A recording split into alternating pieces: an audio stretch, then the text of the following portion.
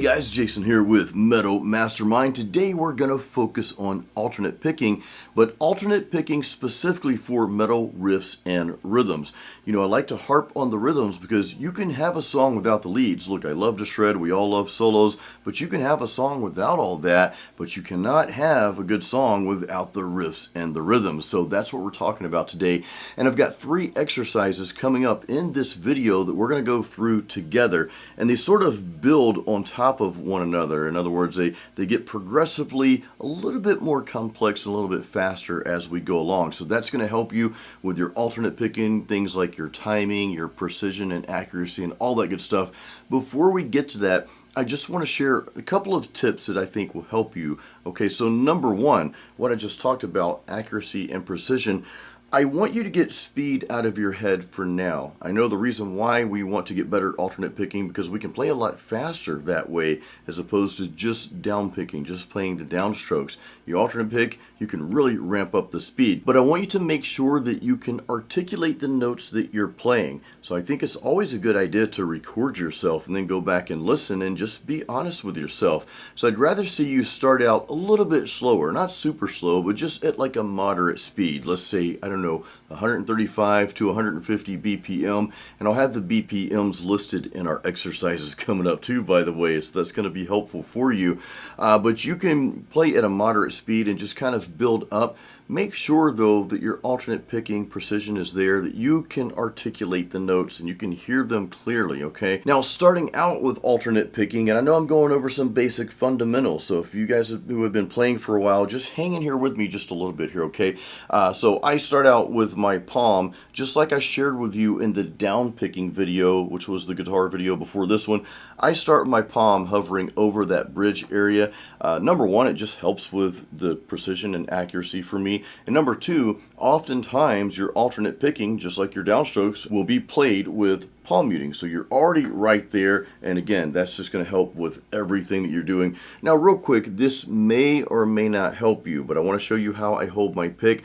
Understand that everything that I do might not work for you, but my goal, my intent is that even if it doesn't, that it helps you find a way that does work for you. We're all a little different. So I want you to be encouraged that your way and my way and somebody else's way, it's not necessarily wrong or right. That really doesn't exist. You have to find what works best for you, and that's what these videos are all about. It's helping you find that. So I hold my pick like this, 2 fingers here, and I've got my thumb back there. Some people hold it with just 2 fingers. That's never worked for me. I know it works great for some, but that's just how I hold my pick. I've got more leverage that way. Also, I'll share this with you real quick, and you may have seen this on the Jason Stallworth channel where I shared the types of picks and strings and that sort of thing I use. So I like the Dunlop Max grips. Now, some people like to play with super tiny picks. I've tried that, but it just doesn't work well for me. Again, going back to us all being a little different, okay? These have the grips on both sides, the Dunlop Max grips. We're not sponsored by them or anything like that. It's just what I've been using for quite some time now. I typically stay with the 1.0 millimeters. That works great for me. I know some people love the thicker gauge picks. I used to play with really thin picks back in the day, and I guess I have just changed over the years. That happens too. Even if something works for you really well today, be open to that maybe changing down the road. So again, I just want to reiterate, I want you to find what works best for you. Let's get to our alternate picking exercises here. Now this first riff is really kind of based on what would be like a classic heavy metal style riff. Pretty simple for the most part, where I'm in standard tuning. We're alternate picking just on the open E string. I'm also palm muting that string. Now I'm not alternate picking the entire power chord, just the open string there, okay? And we're going to be throwing in some power chords there. We've got a B flat, an A, we've got a G, and we're throwing the F as well. So that's pretty much it. We're playing all that on the first 2 strings there. So I'll play the riff and then we'll play it together along with the backing track.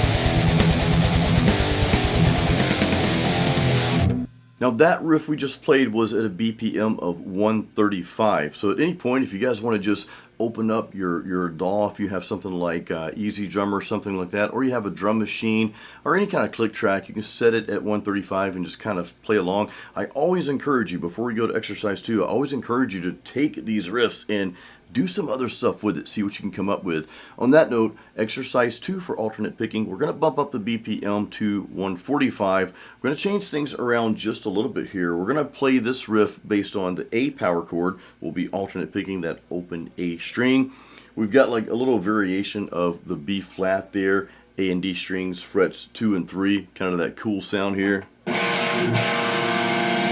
Okay, we've also got an E flat power chord that we're going to be playing. We've got an F power chord, so we're going to hop over to the E string, and that can be challenging sometimes when you're alternate picking on one string, then you've got to go over to another string after that. So we've got an F, and we also have a G power chord, so it's going to go like this.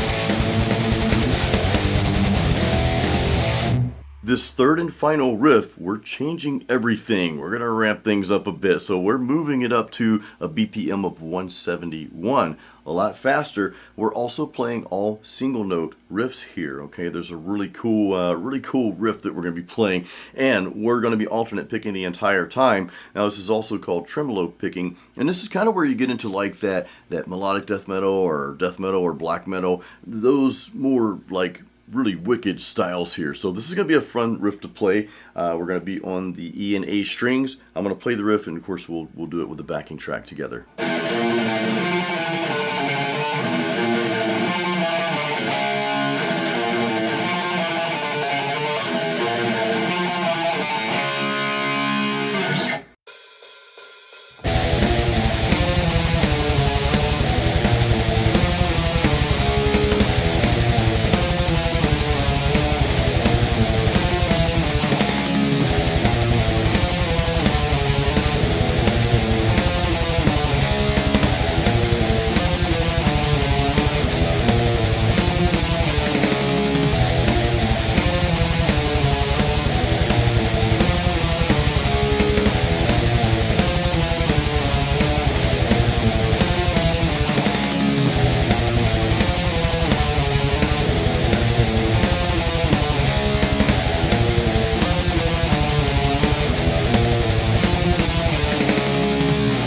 I hope these alternate picking exercises help you with your metal guitar playing. So, we had some different styles here. We kind of started out with like that classic heavy metal style.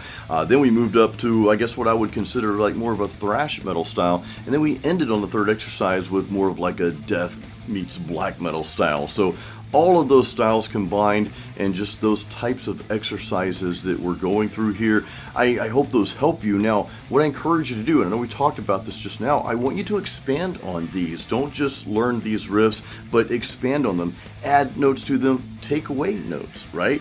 Play them in different keys, different spots on the fretboard. Just kind of make it your own. That's what I encourage you guys to do. And again, there's a blog post with the tablature and the audio tracks in the description of this video. We've got that link. Also, if you want to learn more riffs in different keys and using a combination of different techniques, we have a course called Metal Riff Master. So check that out. There's a link in the description of this video for Metal Riff Master. That has helped so many guitar players. Probably a lot of you watching right now are already in the course. I want to say thank you for getting the course. Now, if you're just starting out playing metal guitar or you need to revisit the basics, we have another course called Metal Guitar Apprentice, and that covers the fundamentals and also has you applying those fundamentals in riffs leading up to a full song. So I'll have links to those courses in the description of this video and some more resources for you as well. Thank you so much for watching Metal Mastermind and being a part of this awesome community of metal musicians. We're so glad to have you here. Hey, give this a thumbs up if this video helped you, and until next time, as always, create your own sound.